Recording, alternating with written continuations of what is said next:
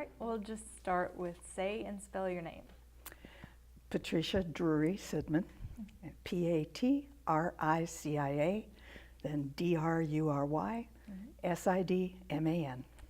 Got it. So is that your maiden name? Or Yeah, Drury okay. was my maiden just name. Making sure I understood that correctly. Yeah. Awesome. Where did you grow up? I grew up in Los Angeles. Oh, really? I was born in San Diego, and then from age 3 through high school, I was in LA. Okay, I didn't know. The other LA. Absolutely. Yeah, I totally get it. Well, then what was it like to grow up there? Well, it seemed normal at the time. True. It doesn't really anymore, but I grew up there when it was mostly, I was out on the edges of what's now the middle of the city. It was orange groves and sort of semi-rural, which is, now it's deteriorating urban, but Oh, wow. it's gone through the whole cycle. Sure. Yeah. And I moved away as soon as I could. That's an interesting side story. You don't ever see that side. You see people flocking toward it, Yeah. not running from LA. Well, I moved up to the San Francisco Bay Area to go to college, and that's where I lived for another 16 years. That's one of my favorite cities. Oh yeah, mine too. Yeah. So you went to college in San Francisco then? Well, I went to school at Stanford, which is about Oh, okay. 30 miles south of San Francisco. Sure. So let's go back to LA then. What was it like? Is it Hot. Okay, fair enough. Edge of the desert, 115 degrees sometimes, Hot, but yeah. dry. And I grew up with desert heat and dryness, and I never experienced either snow or humidity until I was an adult. Sure. I was shocked. Yeah. So is everything Hollywood immediately, or is it like you said, life is? Well, it was kind of ordinary, but Hollywood was definitely there. Yeah. And, I could always go down to Hollywood Boulevard and see movies before they were released nationally. So I still love movies. That was part of my world, and there were kids I went to school with who were in movies and that kind of thing. Yeah. So Stanford then. So what was that like? That was interesting. I grew up in a blue-collar family, and Stanford is not mostly blue-collar family kids. And I have both a bachelor's and a master's there, so I was around there, and I was adjunct faculty for a while. So I've been around that community. It's a wonderful school in terms of the education I got and contacts I made, and I really built my first career out of the work I did there. And but there came a time when one of the things about California is it doesn't think it's part of the same country as everybody else, and it pretty much gets absorbed with the wine and cheese. Yeah. So I had kind of had it with the provincialism, and I moved east. Okay. Went to Washington, D.C., and then to New York City. Oh, wow. Okay. So you mentioned your first career. Yeah, my first. What was your first career? My first career was as a healthcare economist. Oh, wow. I studied that, and my master's is in business, and I specialized in public sector healthcare. And I went to work in Health and Human Services on the staff of the Assistant Secretary in Washington for a year, and then I became a foundation officer in New York City for 3 years. Wow. And then I took a job in Minneapolis, Minnesota, where I lived for 26 years before I came here. Oh, wow. So you went extreme north. I've done every coast. You have. I'm tri-coastal plus north. Plus north. So Yeah. I have to ask, out of all those places, then can you name a best place to live or a best? Each one has its advantages. I will always love San Francisco because I love the Pacific Ocean, and that's home base for me. Okay. New York is incredibly exciting, and I had a wonderful time there, and it would drive me crazy now to try to live there. It's hard to live there. Everything is crowded and complicated. So is California now. I wouldn't live there. Yeah. Minneapolis is a wonderful in-between, but it's still big. It seemed small when I moved there from New York. Now it seems enormous. Right. I moved to Lafayette 7 years ago, and right now that's what fits for me. Okay. Yeah. Why is that? Well, I moved here to get married, and then last year my husband passed away. So I was sort of stranded, and the amount of support I've gotten in this community would never have happened anywhere else. Wow. So I realized this is actually where I want to stay. Yeah. I wouldn't have guessed that 8 years ago, but I'm clear about it now. Yeah, I'm sorry to hear that. Well, thank you. But, wow. Wow. So that time period in your life definitely hounded on the home factor here for you. Yeah. Yeah. Wow. And that was my first and only marriage. Sure. So, Yeah. it's been a big adjustment, but this has been a great place to get through it. It's a very supportive community. It was always friendly. It was easy to move here. This was the easiest place to move to of all the places I've lived. Yeah. There is something to be said for that hospitality thing. It's real. It is and real. I'm much appreciated. Likewise, it's also one of the hardest places to leave. Yeah. So you know, so just because of that, Yeah, hospitality, it is. Yeah, it gets. It goes both ways. I know. Yeah. Oh wow. What a story. So that was my first career. That was your first career. Okay, then I'm going to ask, what is your second And my career? second one. I got fed up a few years before I moved, and I just walked away from the whole thing and invested what I had, and my father had passed away. I had a little inheritance, and I got certified as a life coach. Okay. And I started working both in private practice and in a corporate setting until I moved here. And I'm still doing a little bit, and I'm going to gear it back up again here. Sure. So what is a life coach? Just for myself and other people who might be a little... I know it's not as common. Big cities, this gets around. It started out as a corporate thing, but it's like a counselor who works just with the future. I don't deal with people with hang-ups from the past. I refer to mental health if there's things like that. But I help people formulate goals, set a plan for getting there, cheer them on, hold them accountable, help people find what really gives them passion, what really gives them a sense of purpose. Sure. I've gotten really good at asking the kind of questions that bring that out. Yeah. And then I also work a lot with spirituality, and so I can help people who are struggling in that arena, which from time to time is almost everybody. Sure. Not that I have answers. I don't push anything, but I help them find their own answers. Definitely. So. Good second. One of my clients calls me a life management coach. And she says she just didn't have a clue how to do anything from balancing a checkbook on. So I sort of help with practical things too, and just teaching some basic skills. Definitely. Yeah. There are a lot of people who would benefit from that then. I mean, I've benefited from the coaches I've had. I had to have a coach while I went through my training. And it was invaluable. It's much more valuable than people think. Yeah. And it's not mental health. It's not saying you're crazy. It's saying support would be good. Yeah, and a little focus. Focus and accountability, and somebody to check in with and celebrate the successes and commiserate on the failures and figure out how to pick up and move forward. And it's almost good. It's a third party. Sometimes, I guess, you might have that with your family and friends, but it's also good to have that as a third party. Exactly. It doesn't have to be reciprocal. Right. I'm just there to listen and support, and you don't have to know anything about me. Sure. Yeah. That's up to me in my life to take care of. Well, thanks for the explanation. So that's what I do, and I lead workshops.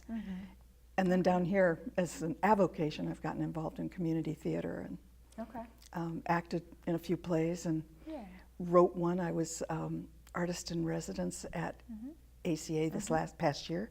So I wrote a theater piece that was performed last spring with me and 6 other actors, and that was exciting. It was exciting, I'm sure. It was. Yeah, definitely. Very cool.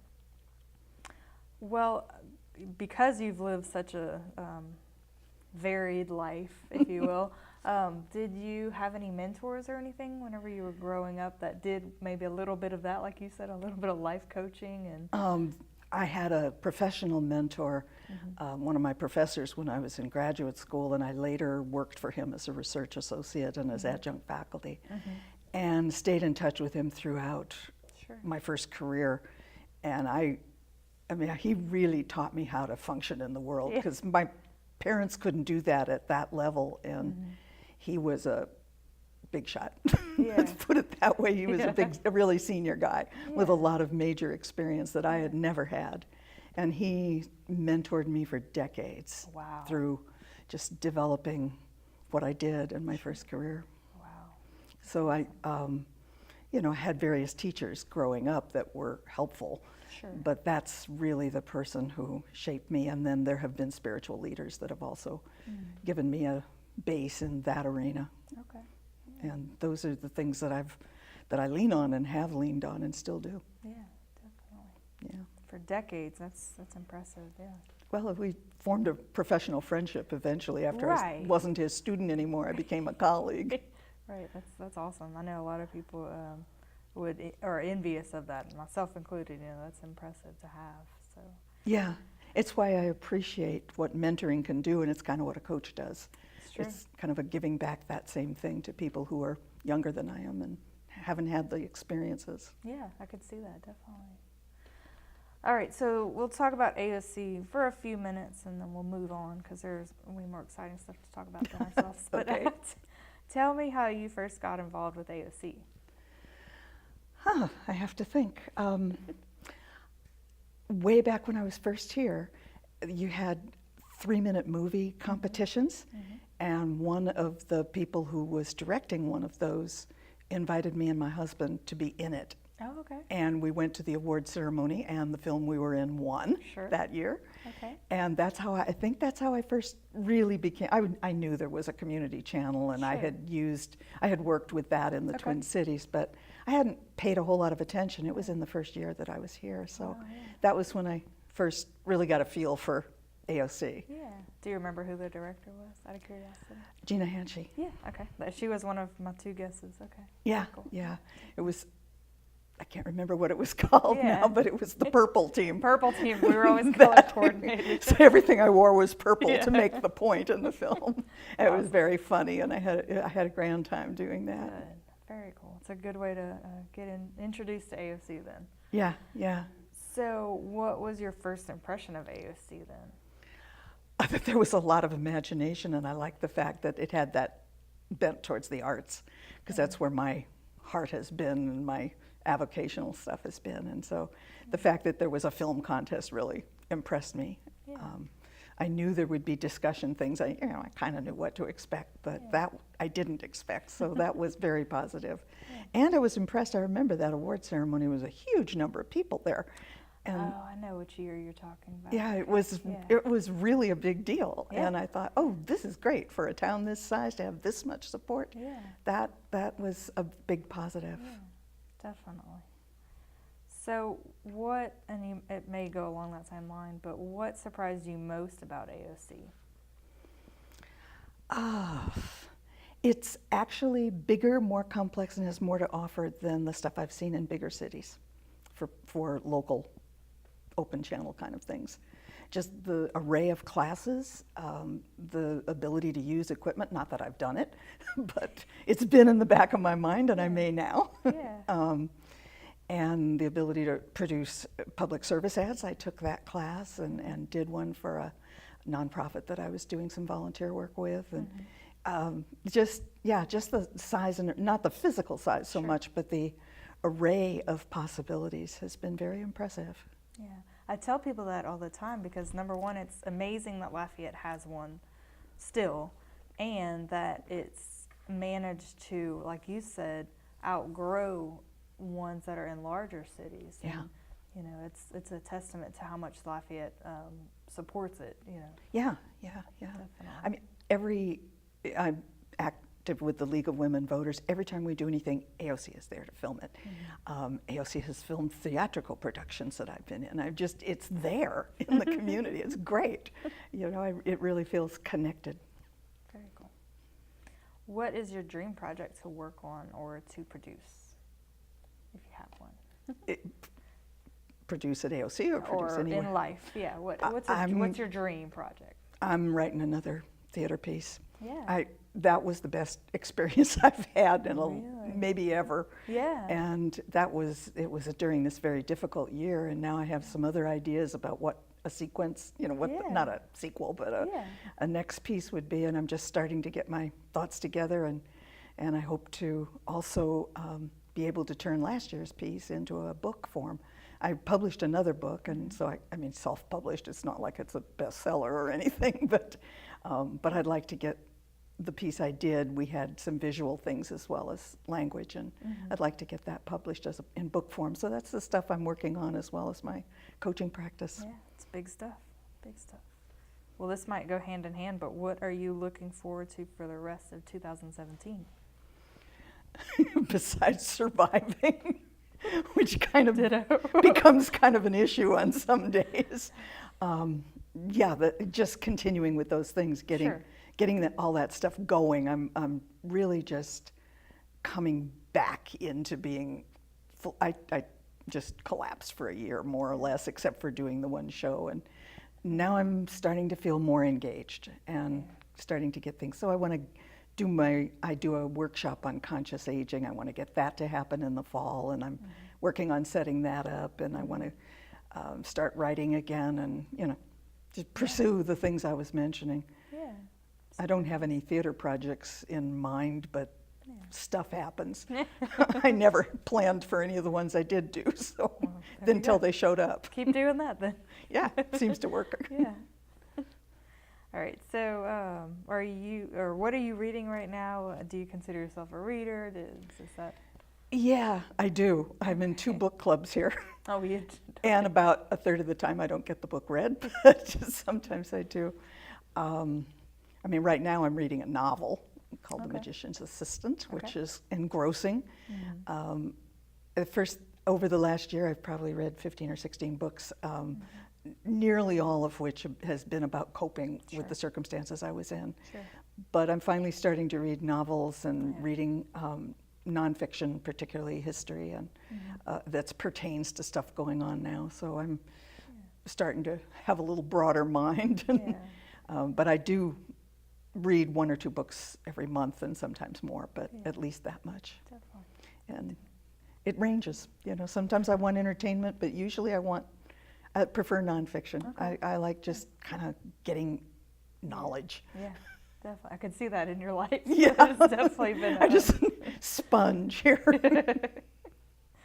So, as a child, what did you want to be when you grew up? Oh my goodness.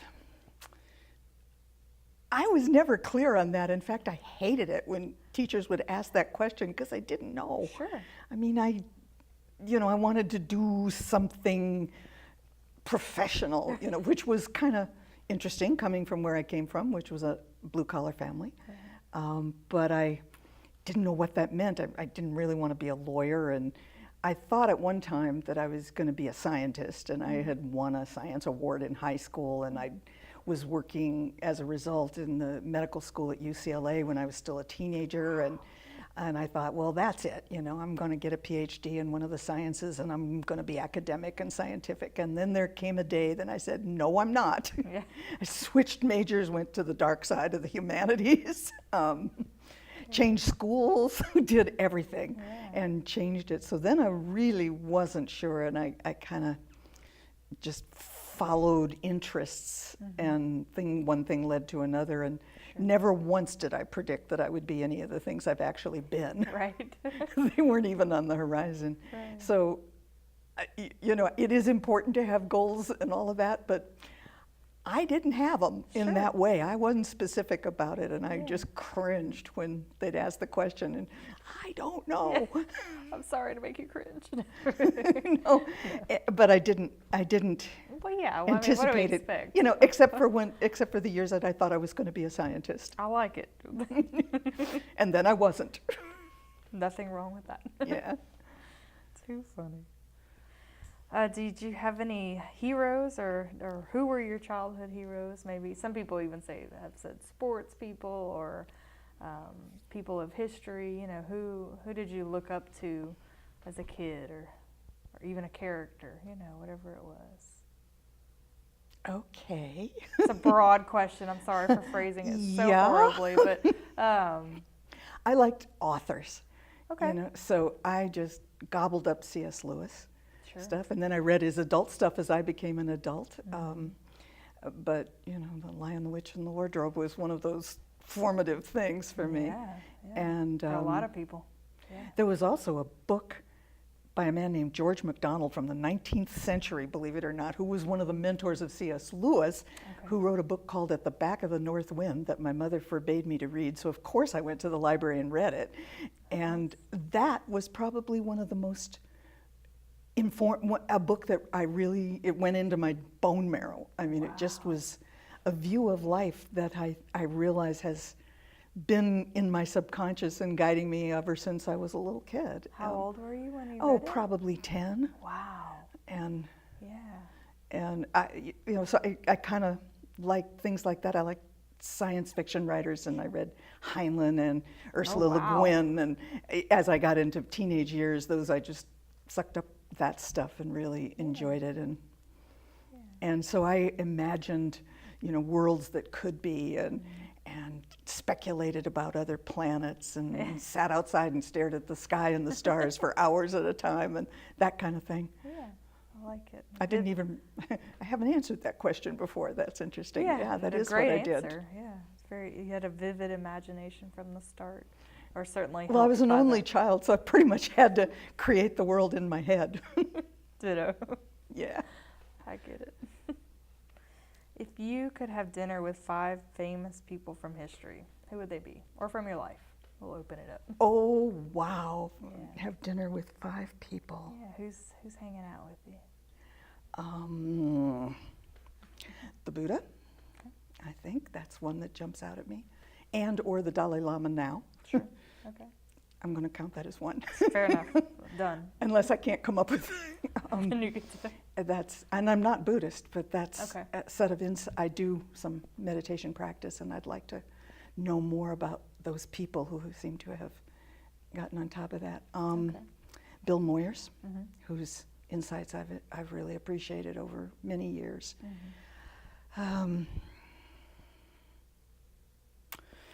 Wow. James Madison, and writing or Jefferson, writing the documents that are so critically important and have now become so much more visible and are being examined so carefully. And I kind of, I learned them like everybody else in high school, and now I would really like to go back and talk at length about what was in their minds, because those were radical ideas at the time, completely new. How did they have that foresight and to include that? Yeah, I know the facts around it, but I'd like to have the casual conversation about, so what were you thinking, and what mattered there? What are the values there? Sure. One more. Sure. One of the, I'm not sure which, but one of the suffragettes and people who have fought for women's rights and women's vote, and what that was like. Any of them, I'm just thinking of those stories that went on in the early 20th century and what people went through to establish that's what comes to mind. I mean, there've been other battles for women's rights. I mean, the other thing that flashed into my mind is the one female pharaoh in ancient Egypt. And so, women who have dealt with power or lack of that, and it could be any of about 20 people. Sure.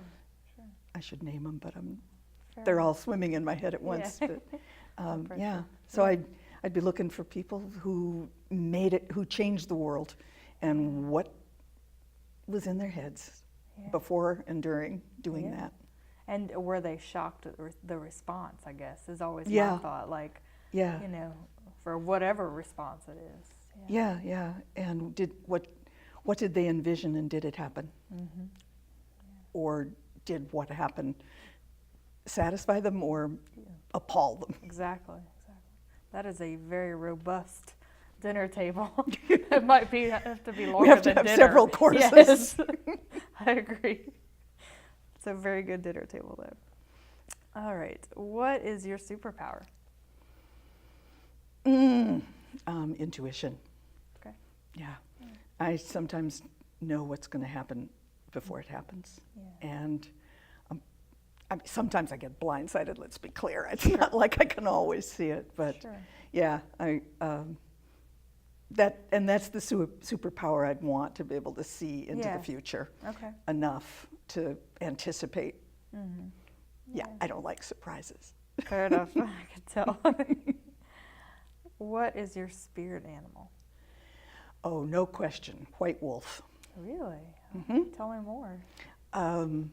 That came to me in a visualization at one point, and I won't go into the whole story, but it was at a critical juncture in my life, and I was doing a visualization with some guidance, and suddenly I saw it. I'd never thought about white wolves. Right. And suddenly this huge white wolf, female white wolf, appeared in my vision and handled the problem that I was Wow. dealing with in ways I would never have anticipated. And I have images of white wolves at home, and I bought a whole book from a National Geographic photographer who took pictures of the wolves in the Arctic. And it's a real it's a real spirit animal. Yeah. She appears from time to time. I mean, it's not spooky, but it's just a thing that it's a real clear who that is. I mean, an owl comes now and again, and a raven comes now and again, but the white wolf is the consistent one. Wow. I don't think I've ever gotten an answer like that, an actual spirit animal. Yeah. Yeah. Good. That's how I think. Yeah, exactly. Yeah, and not to belittle other people's answers, but you clearly identified with that question. So, Yeah, because I rely on that sometimes. Yeah. When I can't deal with humans, I'll go ask the wolf what to do. Fair enough. What is one thing about you that few people know? I'm debating whether to say it on. I was going to say, I would usually preface that by reminding you that you're on camera. Yes. You do not have to disclose anything that you do not want to. No, this is fine, but I have been ordained into an order in Southern Europe, which is way off the map for most people, but that's a long, long story of how I got to meet those people. But 15 years ago, I was ordained, and I do in Minnesota. I performed a lot of weddings. I've done a little bit here, and it's not something I want to do a lot of. I have no intention of ever starting an alternative church of any sort, but that's something most people don't know about me. Sure. That's private, but it's there, and it's important to me. Sure. Very cool. Well, thank you for sharing. Yeah. I mean, it's not a secret. I just Sure. don't want to get into the story very much, just because it's such a long story. I was going to say, well, I can't stop anyone from asking you this story. Now That's that we've okay. said it, but I have my layers of answers as I figure out what they want to know. There you go. All right. Let's see. Let's flip it around a little bit. What inspires you? What inspires me?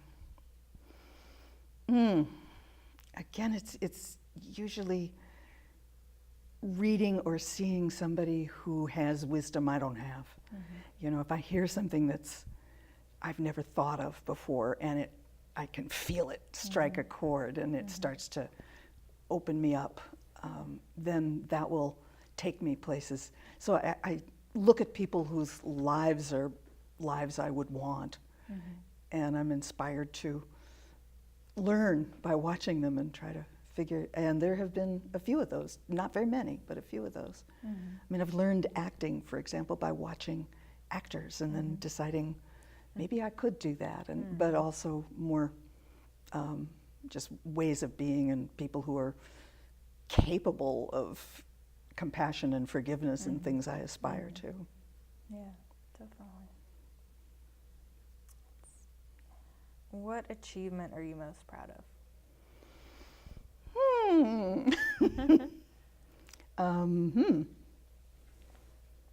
Certainly the show I put on last spring.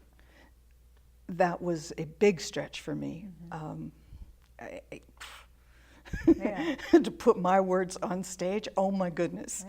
And watching really good actors take my words and bring them to life, and that made me proud in a way that I hadn't been before. And finally completing a book and getting it published, getting it out there.